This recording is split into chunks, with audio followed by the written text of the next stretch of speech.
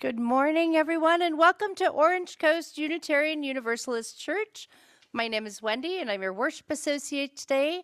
I am joined by Reverend Sian Wiltshire, our minister, Jacob Swetland, our director of music ministries, and Danielle Lewis, our director of religious education for children and youth. We all welcome you this morning, whether you have been here, 30 years or 30 seconds or somewhere in between. We welcome you here this morning, whether you've strolled, rolled, skipped. Has anybody skipped recently? Do you remember how? It's super fun, right? Just consider it. Anyway, danced, however you came in, we're so happy that you are here to join us today. And I wanted to extend a special welcome to visitors. If you're seeking a spiritual home, we hope that you will find it here. We're a community of many different identities, beliefs.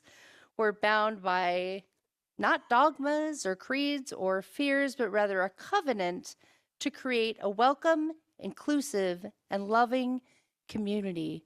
We need not think alike to love alike.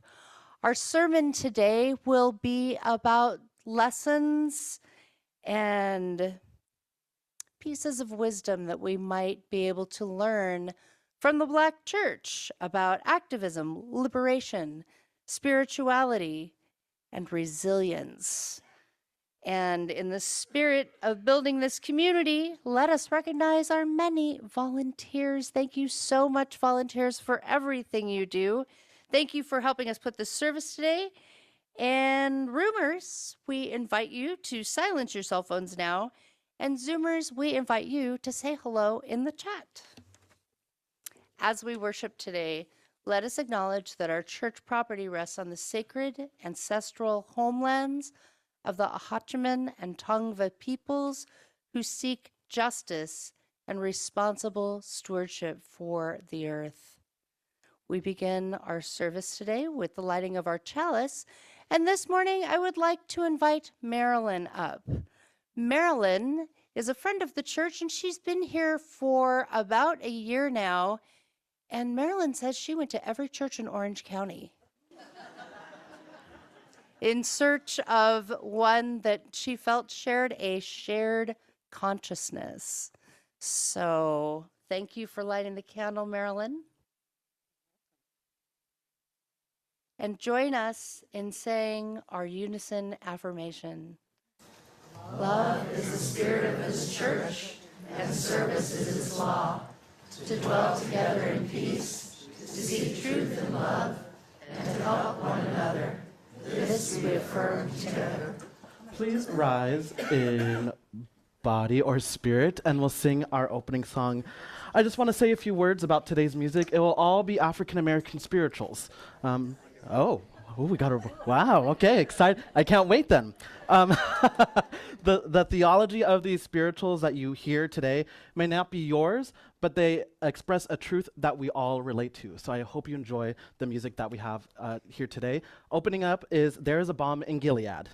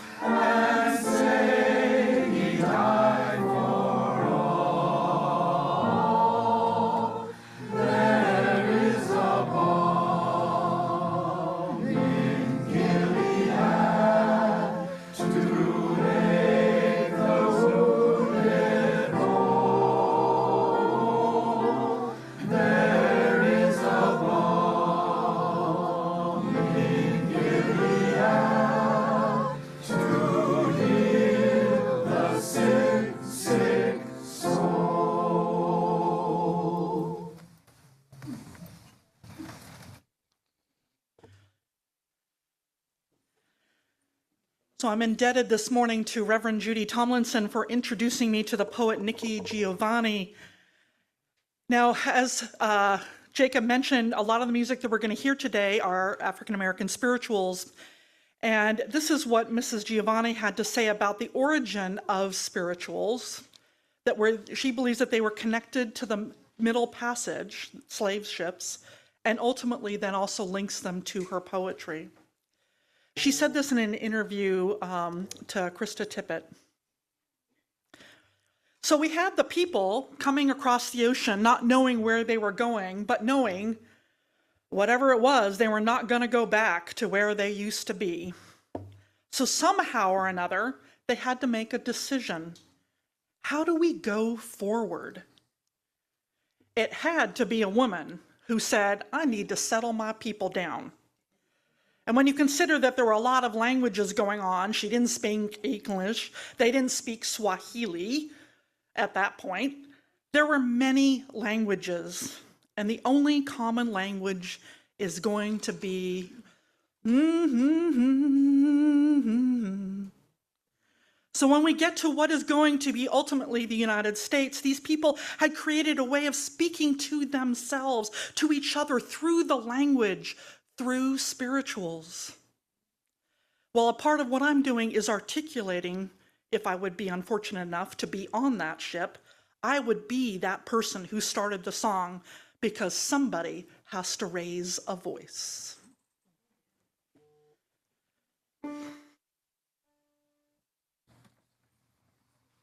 As I went down to the river to pray, studying about that good old way, and who shall wear the starry crown? Good Lord, show me the way. Oh, sisters, let's go down, let's go down, come on down.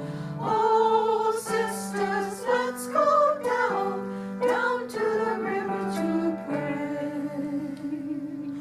As I went down to the river to pray, studying about that good old way, and who shall wear the starry crown? Good Lord, show me the way.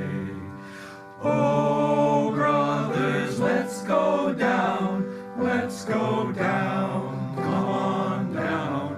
Oh, brothers, let's go down, down to the river to pray. As I went down to the river to pray, studying about that good old way, and who shall wear the starry crown? Good Lord, show me the way. Oh, fathers, let's go down, let's go down, come on down. Oh, fathers, let's go down, down to the river to pray. As I went down to the river to pray, studying about that good old way, and who shall wear the starry crown? Good Lord, show me the way. Oh, mothers, let's go down, let's go down, come on down. Oh, mothers, let's go down, down to the river to pray.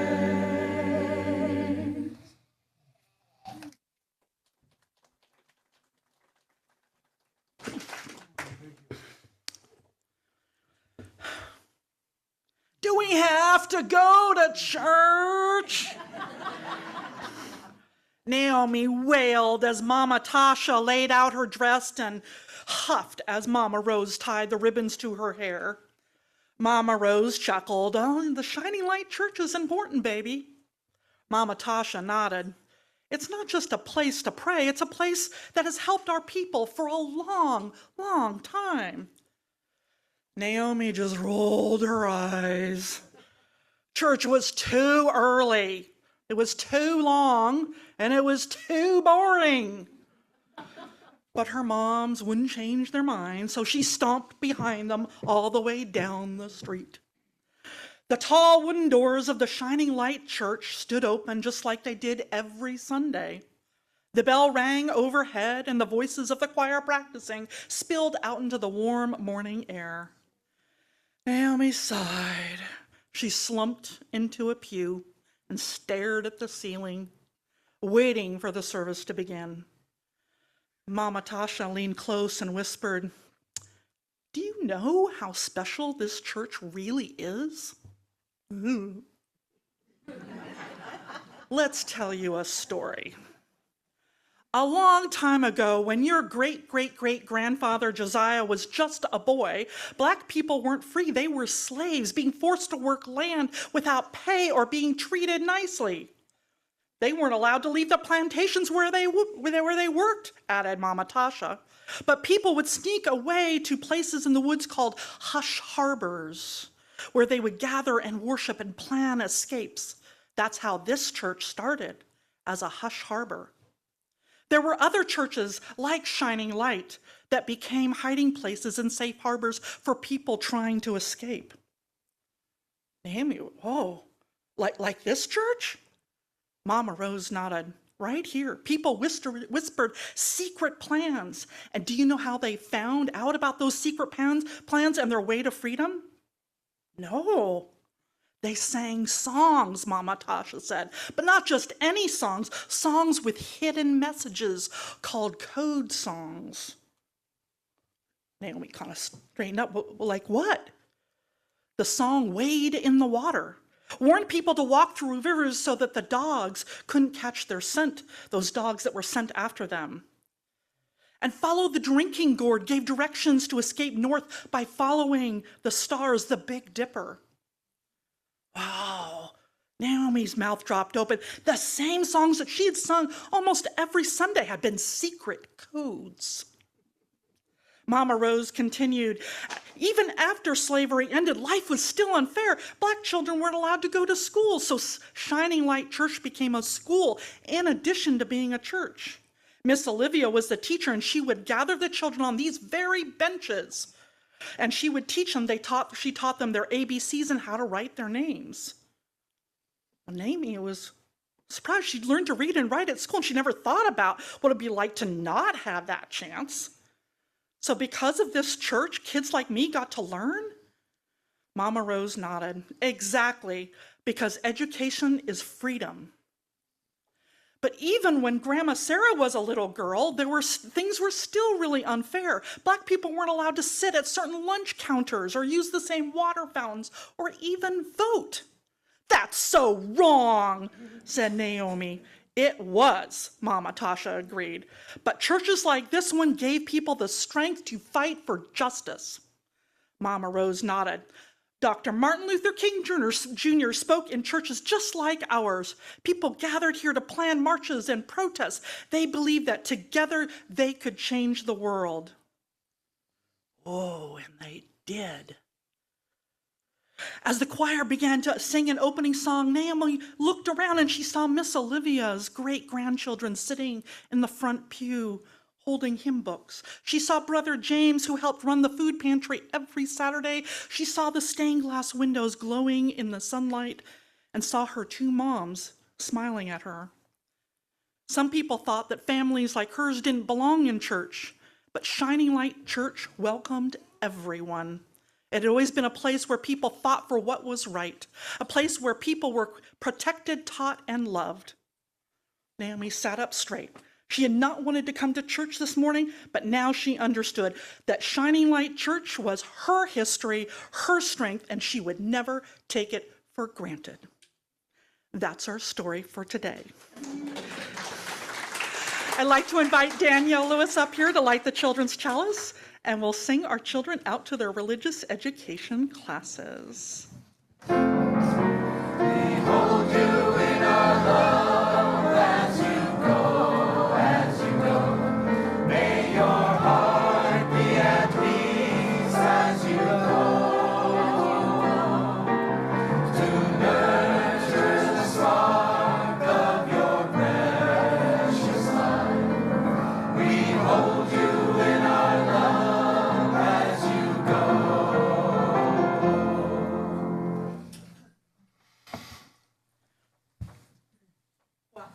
As many of you know, February is Black History Month.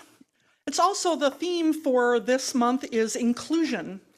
So we're going to talk a little bit about how the Black history has been able to do that. So we have our Unitarian Universalists, UU is our nice little thing. For those of you who might be know, that's our little acronym for ourselves. We have a lot in common with the Black church. But we're also very, very different. And so I wanted to look at, like, in what things can we learn from the Black church? Now, there's a few caveats that I want to give you before we begin. One is when I say the Black church, it's not a monolith, right? Like, we all know that. It's not a monolith. There are many different theologies and different Black churches, as many as there are Unitarian Universalists. But by the Black church, I'm talking about a cultural and religious phenomena that was born out of Africa, molded by slavery, and matured into the expression of modern Black liberation theology. Okay? And moreover, I don't want to romanticize the Black church either. Some Black churches have, well, some issues, let's just say, right? Misogyny, homophobia, transphobia, not to mention exclusionary views of those who are saved versus those who are not. But this is also the church that created Howard Thurman, Martin Luther King Jr., Nikki Giovanni, Maya Angelou, and so many other amazing, wonderful people that we lift up as prophetic voices in our lives. It has truths to offer us. And the second caveat that I want to say is that I am a white, non-evangelical woman talking about the Black church, and I get it. What in the world do I have to say? So I'm going to let Black leaders actually speak as much as possible, and then I'll bring in our Unitarian Universalist context. And we're going to watch 3 short videos this morning. The first is from Dr. James Cone, who's, if you didn't know, is a very famous Black theologian, Black liberation theologian.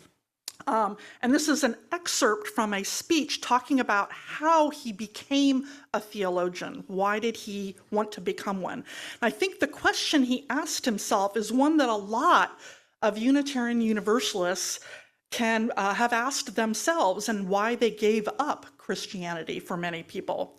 But Cone does go on to explain also that why this was the calling in his field as a theologian. Let's begin.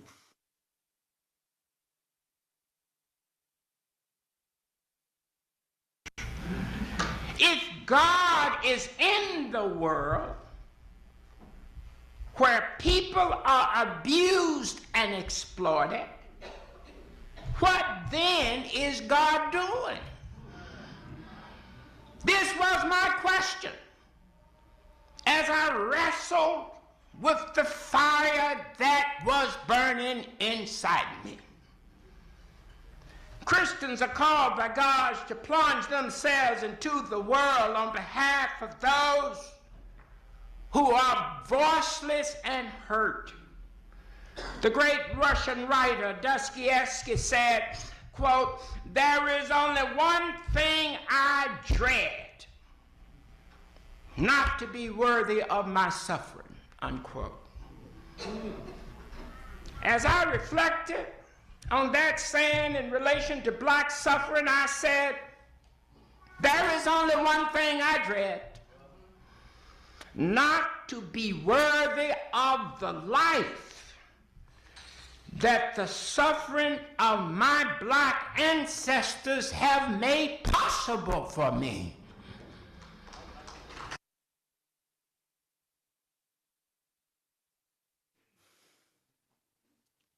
So I have to tell you, I have long been somewhat baffled by the Black church. As someone who has rejected a lot of Christianity, mostly the theology of it, not all of it, but a lot of it, because I saw it as a tool of oppression. It ignored silence. There's a lot of misogyny in the Christian church. So why in the world would Black slaves embrace Christianity that was used to oppress them? This is something that's bothered me. Like, I don't quite understand that. And Cone asks us, he says, if God is in the world where beings are abused and exploited, what then is God doing? Right? And this is what he wanted to answer as a question. And I think for me, it was just easier to say, well, God doesn't exist, or certainly not that God didn't exist, right? But he goes on to say this. He said, the cross can heal and hurt.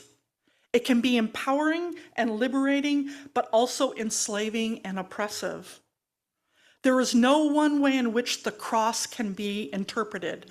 I offer my reflections, his life work, because I believe that the cross placed alongside the lynching tree can help us see Jesus in America in a new light, and therefore thereby empower people who claim to follow him to take a stand against white supremacy and every kind of injustice. So pretty powerful words and very evocative images that he's bringing up that are challenging for anybody who is a Christian. And actually, Dr. Cone is actually echoing a much earlier preacher. Black liberation theology didn't actually begin with Cone or Baldwin or anything. It actually started way before. And one of them was the Bishop Henry McNeil. In 1898, he was called demented because he said, God is a Negro. And in response to being called demented, he wrote an editorial, and it said this in part: every race of people since time began have attempted to describe their God by words or by paintings or by carvings or by any other form or figure. And they have conveyed the idea that the God who made them, shaped their destinies, was symbolized in themselves. And so why should not the Negro believe that he resembles God as much as other people? We do not believe that there is any hope for a race of people who do not believe that they look like God. We do not believe that there is any hope for a race of people who do not believe they don't look like God. And it's true, every race, every religion makes God in their own image, right?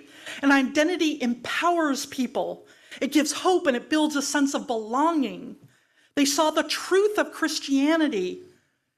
They saw through all of the lies that it wasn't about exclusion, but about inclusion. That Jesus was someone who worked for the oppressed, not the oppressor. And they rebuilt and reframed Jesus and Christianity in their own image. So what lesson can we take from this? Well, what is the image of God for Unitarian Universalists? Is it all images? Because we are all different theologies, or no image of God, if you're an atheist, which I guess is kind of an image in and of itself. I think for us the issue is the word God, right? It comes with so much baggage to it. But instead, we use the word love. Our image of love being inclusive, justice-filled, right? Pluralistic. All of those things. Jesus had a lot to say about love. Love one another, love thy enemy, love thy neighbor, love thyself, love God. In fact, pretty much his entire ministry was about love, right? Mercy, compassion, all of that, forgiveness. But we usually don't talk about Jesus in our churches when we talk about love at the center. And I think it's time to reclaim the love of Jesus. Not the hate, not the Christian theology of dying on a cross to save us, but the love of neighbor, the love of self, the love of all that is holy and good in the world.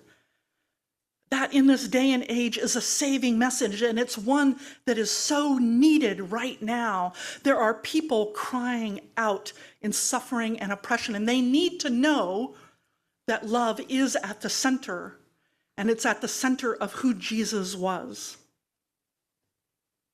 Now, this suggestion may be a little bit troublesome. We don't usually say the word Jesus or God so much. I can't even count how many times I've done it already this morning. I don't mean it to be a little bit, troublesome for you. I mean it as a way of being inclusive, right? Of healing our past trauma with the Christian church. We come out of that tradition, right? Because it is a way of being inclusive. And I'm not going to suddenly talk about Jesus every week now. Don't worry. Okay. But I think that if we want to build an inclusive community, one that speaks to the wider world, we need to be able to speak that language of Jesus, of love, of compassion, of mercy and forgiveness. The language of love in a way that people can hear. So, okay, take some deep breaths with me. So the lesson number 1, can we embrace the love that Jesus brought to the world?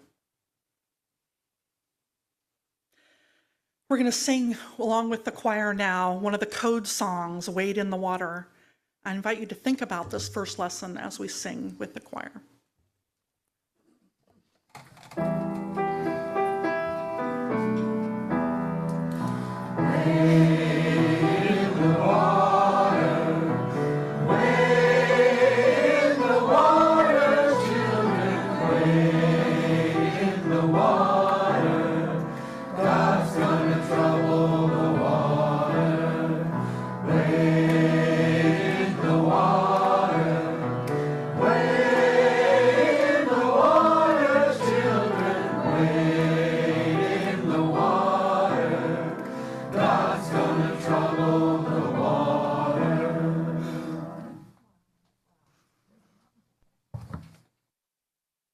Our second video really needs no introduction. You all know who Maya Angelou is, right? Anybody here not know who Maya Angelou is?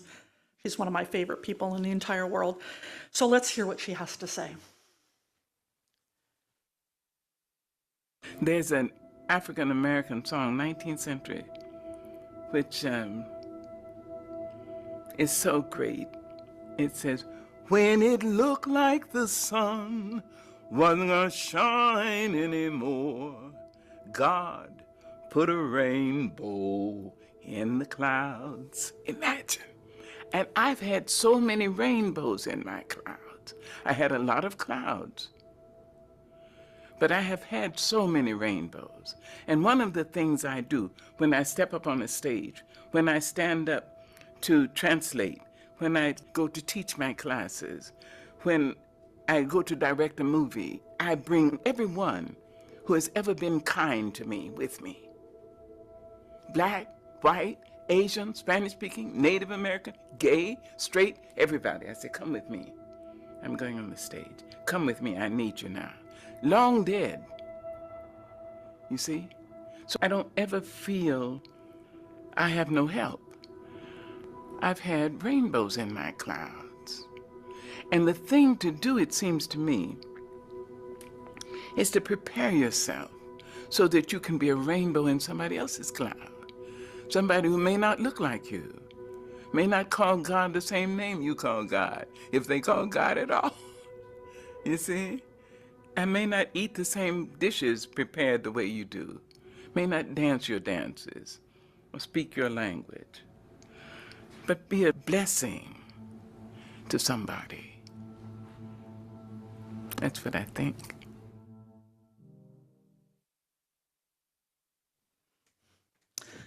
Yeah, we love her.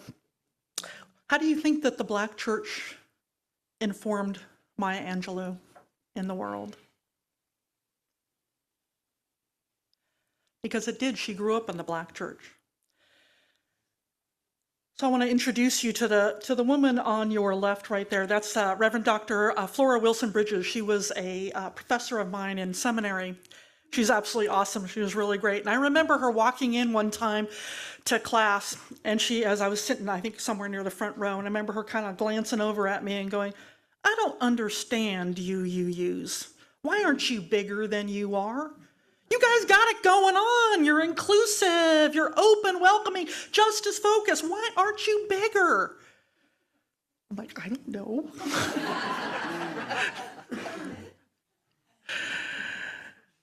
You know, it's interesting, the Unitarian tradition, like both the Unitarians and the Universalists were born out of Christianity, right?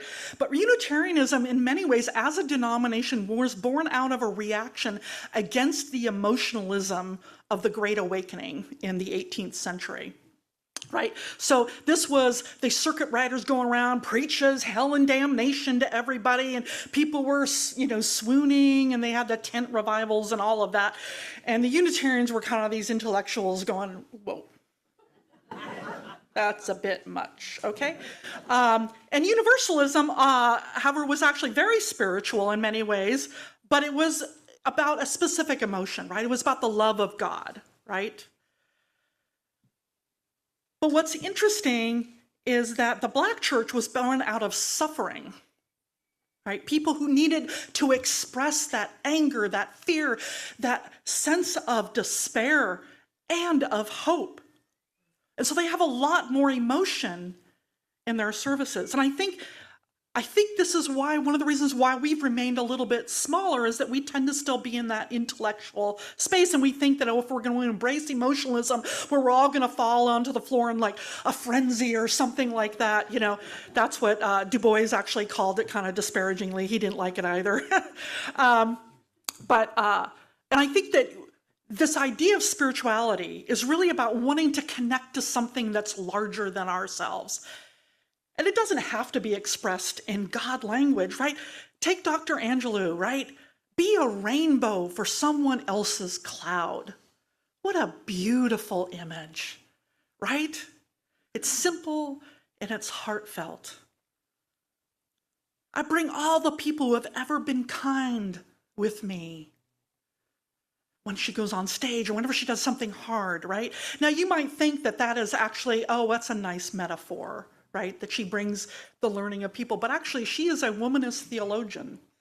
Womanist theology is Black female theology, and they believe in the connection to the ancestors. They believe in a spiritual connection to those who have gone before and those who are with us now. And when she says she's bringing their spirits with her, she's not kidding. That is what she means. It's very shamanic, which, you know, of course I love that, right? Because that's what I am as well. So I bring all the people who've ever been kind with me. I think we're getting closer to expressing our own sense of spirituality when we say love is at the center of our shared values, right? But I think we need to expand that more. The Bishop Vashti Mackenzie, who was the first female bishop of the AME Church, she said, the Black church has always been a place where we can name our pain, name our hopes, and find the strength to rise. It is not just about survival, it's about transformation. We have taken a faith that was once used to enslave and made it a force for freedom with that sense of connection. And one of the ways that we do that, I think, here in our church is music. Music touches our intellect in ways that we don't always quite get. But it reaches into our heart and it makes us maybe sway a little bit. Maybe our feet are tapping, maybe. We're a little bit shy because we don't want to be going, oh yeah, let's do it, you know. I'll tell you anything. So Ted, you can tell Mary this. I miss Mary Lundholm. She's gone on to do some pagan things, but she used to be there in the back and she'd be singing with me. She'd be dancing whenever the choir would go. And I'm like, yeah, there's Mary with me. All right. So feel free to dance and sway. I just want to say that outright. Music is one of the ways that we can express our sense of spirituality. There's a reason why we start our services with music every single time on Sunday. That lifting up of all voices reminds us that we are connected, right? We're making something together. We're a community that belongs together. Du Bois, he said this, he said, the music of our religion is that plaintive rhythmic melody with its touching minor cadences, which still remains the most original and beautiful expression of human life and longing, yet born on American soil. Spring from the African forest, it was adapted, changed, and intensified by the tragic soul life of the slave, until under stress of law and whip, it became the one true expression of a people's sorrow, despair, and hope. I think people need right now a way to express their despair, sorrow, and hope. We need that now. And music gives us hope as well. It uplifts the soul. And people in the civil rights, those of you who were probably there, you remember singing songs, We Shall Overcome, right? When you went out and you did marching and everything. Did you know that Martin Luther King Jr., he would call Mahalia Jackson on the phone and he'd say, I need some hope. Can you just sing to me? And she would sing to him. Fannie Lou Hamer said, when I was a child, there were times when we didn't have food, but I always had a song. Song is nourishment for the soul. And people are thirsting, hungering for connection, for the way to express that despair, that sorrow of what's going on in our world as it just seems to be crashing around us these days. Our democracy, our Constitution is under attack. So when you're feeling despair, try singing a song. See if that doesn't help. The spirituals we're singing today in worship may not always be our Unitarian Universalist theology, but they express a yearning that many of us have. They express despair over the state of the world and the desire for hope and healing. And we need to make a place for this expression more, I think. So I want to invite you, as we again sing Wade in the Water with the choir, I want you to feel this song, what it meant to people to hear these words of encouragement and a longing for freedom.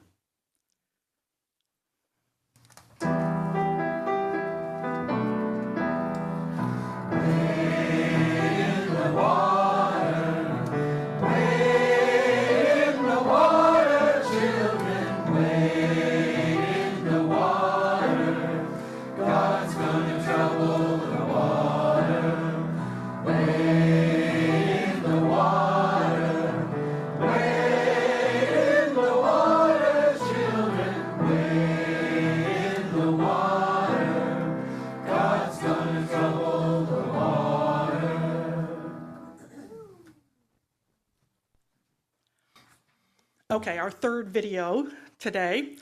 Now, I know this video may upset some people as it is a political video, but I want you to see this as part of the identity and history of the Black church, not necessarily as a political jibe at Trump, though it is. But that's not why I'm showing it. For the Black church, justice exists side by side with it. So let us listen. I spent Trump's inauguration in a Black church, Metropolitan AME, right behind me.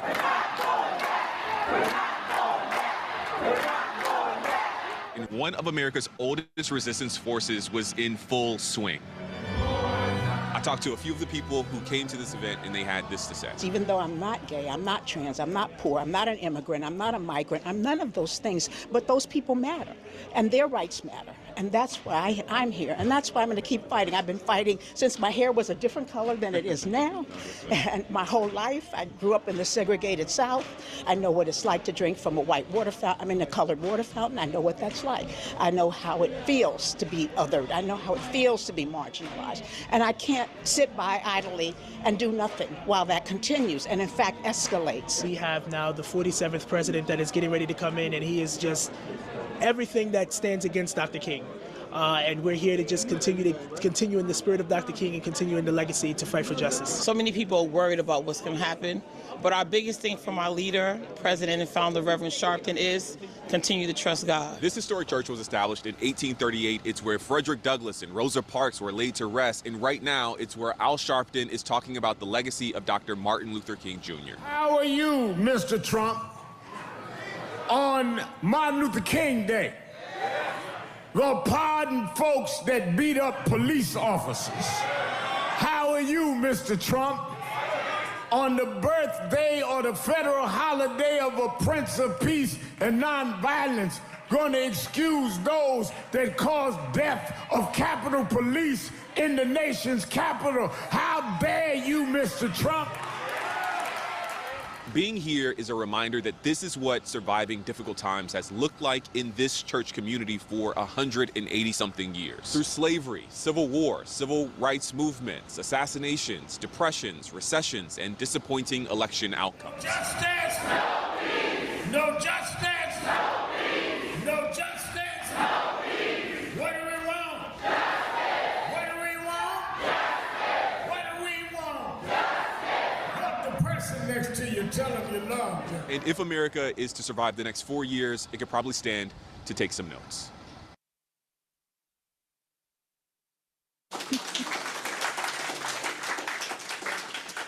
For the Black church, there is no difference between justice and spirituality. They are linked always together. From the very beginning, the Black church, not unlike our Unitarian Universalist churches, was focused on resistance to oppression. It began with those hush harbors and the code messages as ways to fight back in secret. With emancipation, the resistance against white slavery became downright practical. The Black church became centers of learning, centers for social support and financial sustenance as they shared what little they had. One of the very first things that the Black church did was build churches. They knew that worship, that building community was going to be their saving grace. In fact, the first schools and even universities came out of the basements of Black church, including Fisk University, Howard University, Atlanta. So many of them came out of basements of Black churches. Frederick Douglass secretly taught himself how to read. He got whipped for it when he was caught. But he famously said, "Once you learn to read, you will be forever free." Mary McLeod Bethune, who was a pioneering educator, she said, "The whole world opened to me when I learned to read." And of course, it was the civil rights era that the Black church took center stage with Martin Luther King and the Southern Christian Leadership Conference. Notice the Christian Leadership Conference. These were mostly Black church leaders who led the way. And this is where we Unitarian Universalists feel most comfortable, right? In anti-oppression, anti-racism work. We were there at Selma. We've been killed even for our work in racial justice. We have a long history going back to abolition, to women's rights. So what can we learn about this in particular from the Black church? We know the value of education. Did you know that Unitarian Universalist churches have the highest average education level of any house of worship, including Jewish houses? I thought that was kind of interesting. So, the thing is, though, is that the Black church didn't just teach education, they taught truth. They pointed out the lies that had been told to them, that they were not children of God, that they were not free. They said, no, we are children of God, and Jesus is there fighting for us. So this is what I think is that we can be places of truth-telling. To tell the truth, no matter how difficult it can be to hear for ourselves or for those we love. Truth can be inconvenient. It can be painful, but it needs to be said. It needs to be spoken in this day and age. And I'm going to call out our government because that's what we need to do. And if you disagree with me on anything that I say up here, by all means, send me other information. Send me stuff that says, no, actually, it's this way. I'll listen. I'll read just about anything, but you better have evidence, because that's what I look at, not just someone's opinion. Okay? But I will speak my truth in this pulpit, as you all told me to when you basically called me. So, but please tell me, right? I'll speak my truth as I see, and I hope you will speak out as well. The Black church, Cornel West said, the Black church was the site where we made sense of suffering and found the strength to resist. It was a place where love and justice met and where the fire for freedom was never extinguished. That's what I want for us as well, and I believe that we are that. Beloveds, the Black church has survived and thrived despite centuries of oppression. They work to build the beloved community. I believe that that concept of the beloved community is their greatest gift to the world.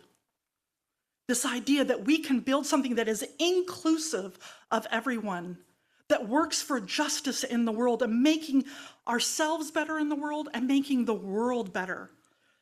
What the beloved community tells us is that we cannot do this alone. We need community. That deep emotional and spiritual support as well, not just intellectual, but emotional and spiritual support. We need to find ways of expressing that yearning for connection, because our world needs that right now. And we can be places, the beloved community is about telling the truth, because the truth will always set us free ultimately. And it also teaches us that faith is not passive. It must lead us to action and to resistance. In the next 4 years, we're going to have lots of opportunities to do that. So let us not be passive. Let us bring us to action and resistance. And then, and only then, will we all be able to sit at the welcome table. Let us sing. Please rise in body or spirit and let us sing the welcome table.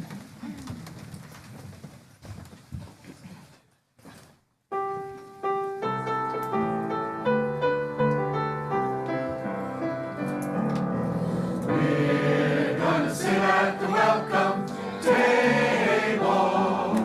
We're gonna sit at the welcome table one of these days, hallelujah. We're gonna sit at the welcome table. Gonna sit at the welcome table one of these days. All kinds of people around the table.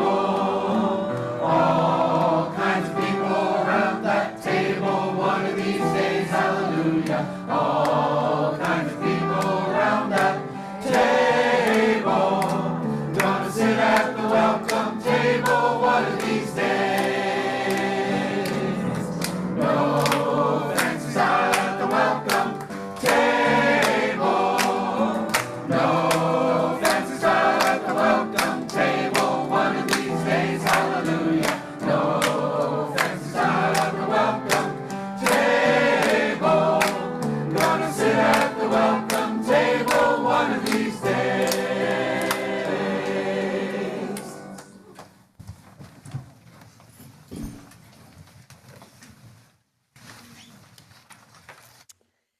Unitarian Universalist congregations are fully self-supporting, meaning that members and friends raise all of the funds for the operating budget, ministries, and programs of the church. We are ever grateful for your gifts of time, of treasure, of talent, and every week, OCUUC amplifies that spirit of generosity by sharing half of the plate with an organization that shares our values. And this month, we are donating half of our plate to Ray Elementary School. OCUUC has been supporting Ray Elementary with special programs like the robotics program and basically counteracting the effects of poverty in their school. And there are multiple ways in which you can support the church and this organization. You can mail a check. You can go through our website or use an app called Vanco Mobile. If you're a roomer, you can also use the basket that is coming around. And you can drop something in there. The choice is yours. All the information is on our website, should you need it. And as always, thank you so much for your generosity in the world.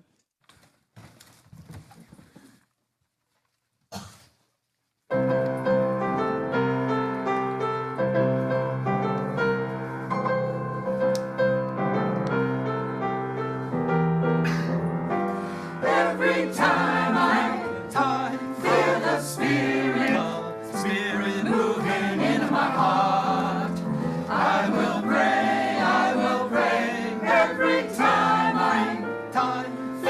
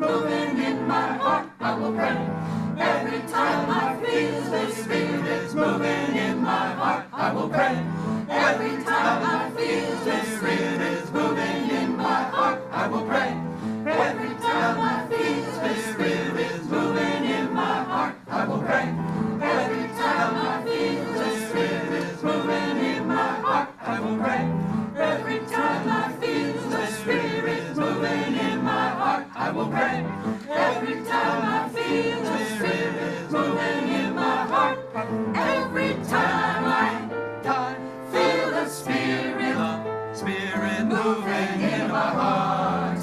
I will pray every time I meet God. Feel the Spirit moving into my heart, moving into my heart, moving into my heart. I will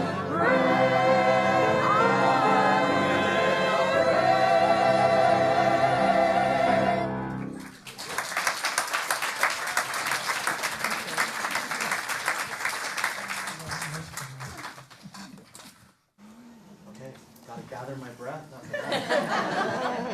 Please join us in singing We Gather Together, a song that puts our intentions into words and expresses the many gratitudes for the gifts that we share. We gather together, we gather as one, for peace, love, and justice for everyone. We give from our hearts to show that we care. We can change lives with what we share.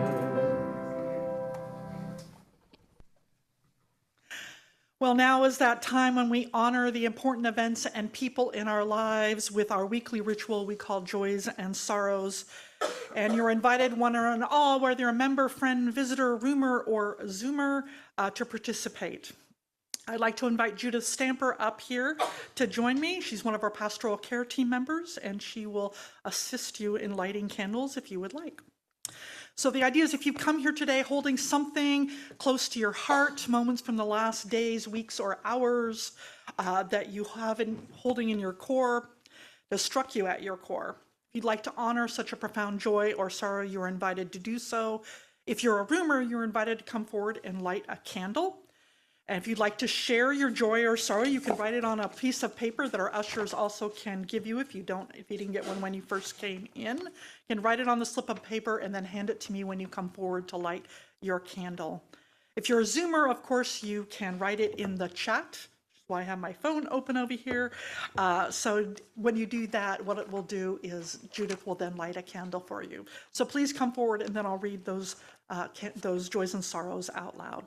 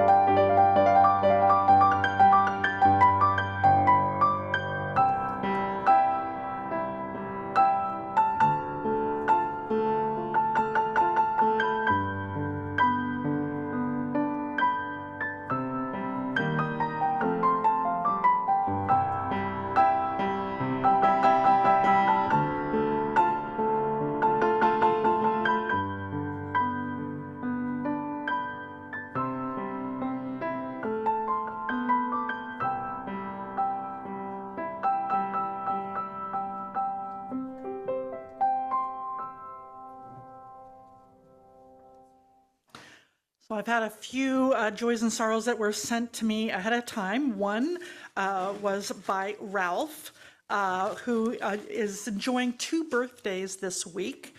If you could light a candle for him. Yes. So his son, Adam, a chartered financial analyst in Raleigh, North Carolina, and his grandson, Rowan, a student at Western Oregon State University.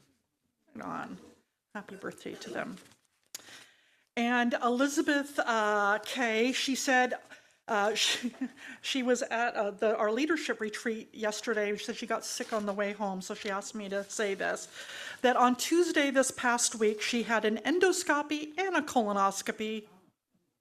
Ooh, yeah, because of concerning medical issues. The good news, first I was under sedation. Yay. And second, no polyps or cancerous cells on the bottom half, as she said. Oh, she's actually here. I'm glad you're feeling better. Excellent. All right.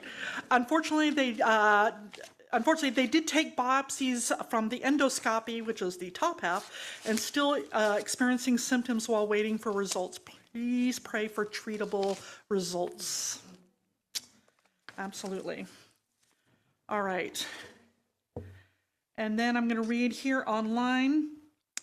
Randy K, he said he has a joy. He said this was a wonderful service. Thank you, Randy. He said, even though I grew up in a school system that was the heart of the John Birch Society, we had a music teacher who taught us what were known at the time as Negro spirituals and folk songs. These songs and lessons continue to reverberate to this day. And April and Corey said they much appreciate all the efforts put forth by the Ibanez family at the auction music event last night. You want to talk about people who loved music, right? The Ibanez family. She says, happy birthday to Jolynn yesterday and to Marie last Wednesday. I didn't know that. Cool. Happy birthday.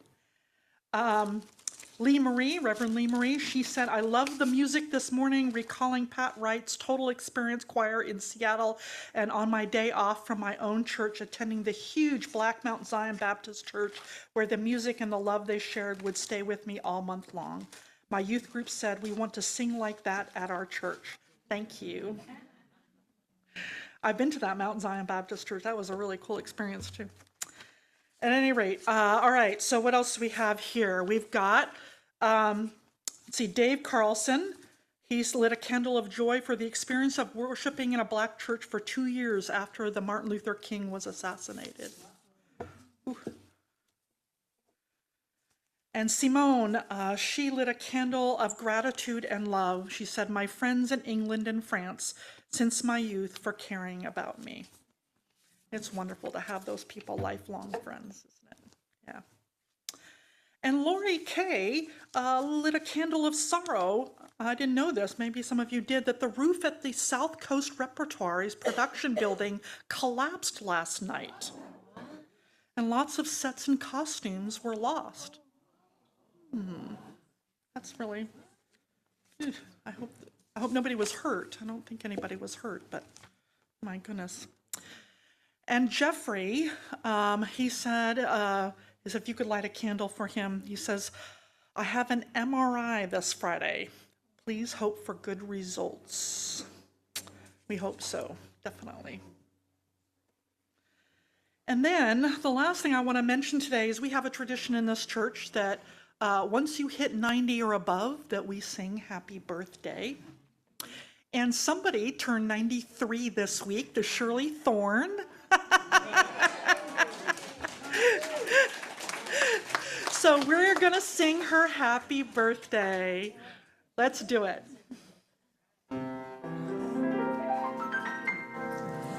Happy birthday to you. Happy birthday to you. Happy birthday, dear Shirley. Happy birthday to you.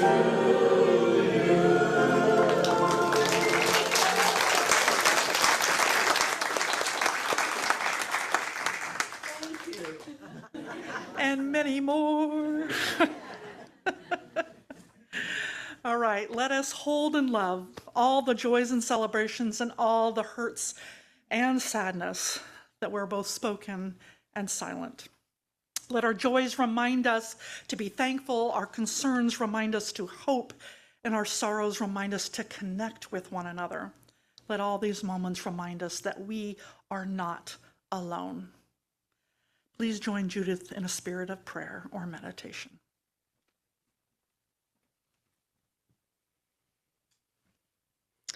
These are words from Maya Angelou.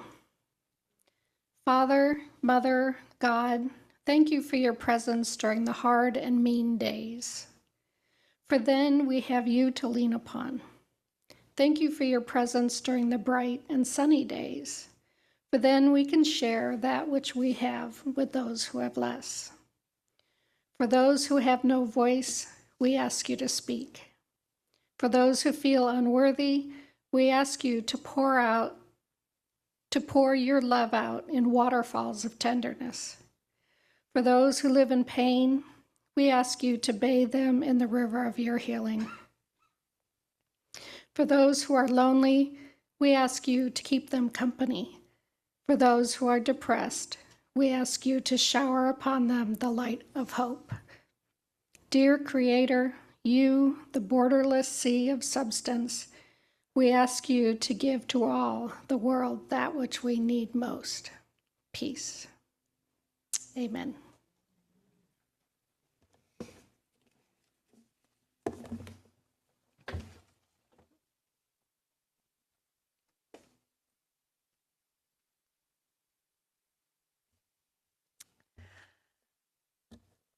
Let us join together as we extinguish the chalice, and we'll start right now.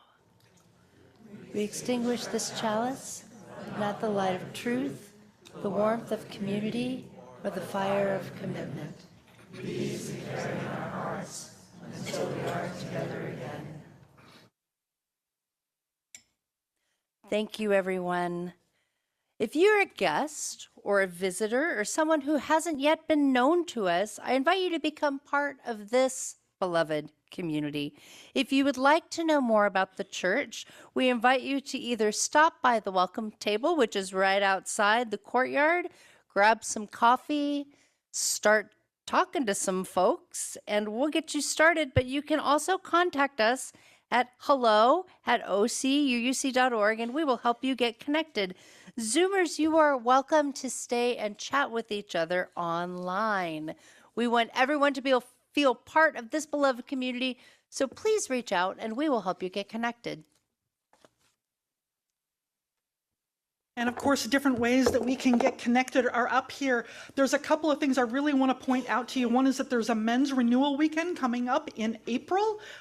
Corey is online, but if you have want any information about it, anybody who identifies as male is welcome to go to this. It's an absolutely wonderful thing. They do this every year. They've been around for forever and a day, and they do such an amazing job. So reach out to Corey if you know who it is. And if you don't, let me know, and I'll put you in touch with Corey. The other big one is that our very own wonderful intern, Wendy, over here, is going to be teaching the quintessential class, the Unitarian Universalist class called Building Your Own Theology, right? This is a really cool class. It really gets you to think about, what do I believe, right? I find it one of the most fun classes ever to teach, but she's going to be teaching it on Zoom, so Zoomers and Roomers can all be doing this together. She has a sign-up sheet today, and there will also be a link to a sign-up sheet online in our next blast email as well. But I really encourage you, if you've never taken this, to take it. And if you have taken it before, A, it's a good refresher, and B, Wendy will be doing it differently from me. Everybody puts their own little spin on it. So I want to encourage you to sign up for that. It should be really, really wonderful. It's really cool to kind of hear what everybody else has to say on all of that. And then the third thing is, and I say this, I do this, actually, we don't normally do this, okay? But this is Reverend Karen Stoyanov. She's the former minister of this church. As many of you know, she's not doing great, but we got homes for her 3 dogs, okay? But her 1 cat is left. And one of her sons was going to take the cat, but now can no longer do it. And so if you would like a beautiful, warm, sweet, Wendy tells me is the brother of her cat, and this cat is just adorable. It was like the sweetest of the litter, okay? House trained, healthy. They've got tons of stuff for it to go with the cat, so you don't have to buy anything. If you would like a wonderful kitty cat, let me know. I see some children back there excited about that. Come talk to me, we'll talk about it. No, I'm just kidding. The poor mother's like, no, okay.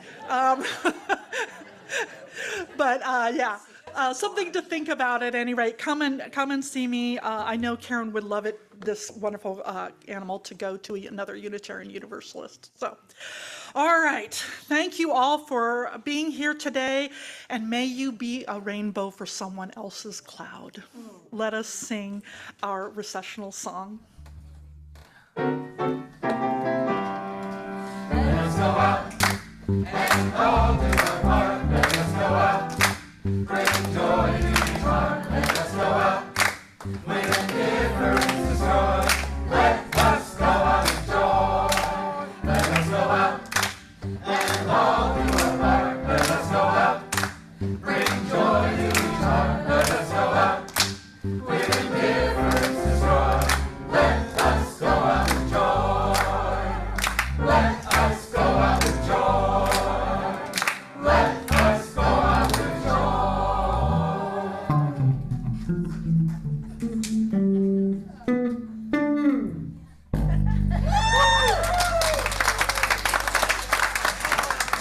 This service is over. Let our service to truth, justice, and love continue.